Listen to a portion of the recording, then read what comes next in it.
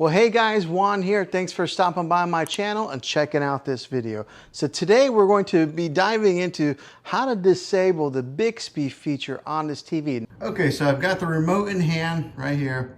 And what you're going to want to do is you're going to want to hit that home button right there, which brings up the home screen, just like that, out there. But over here, go all the way to the left, right before the bell icon, and go to where it says settings. Now don't go up and check any of those boxes there.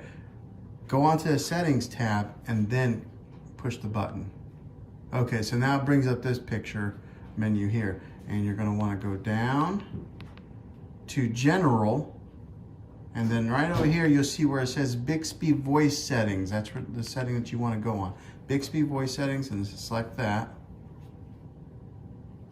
All right, so now it brings you to this screen here. This has the Bixby language where you could select it in different kind of languages. Right now I have it in English United States because that's where I live.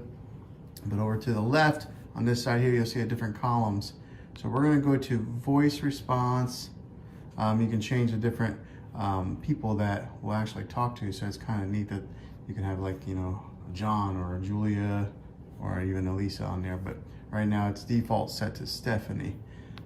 Right here, voice wake up is where you want to go. And it says wake up with a high Bixby. So right now it's set to on. Down here is the sensitivities. So right now it's just on medium, and the way it is activating it, and sometimes it does and sometimes it doesn't, it is on medium. So you could go over to low and lower the sensitivity on it, or you can just come here and go to off. And that's what I'm going to do, is I'm going to go ahead and select it so that it turns Bixby off. And then now I won't have that issue of it activating whenever I'm having a conversation with somebody in my house. So then you would go back to the home screen, and I'm going to go ahead and put it back in ambient mode.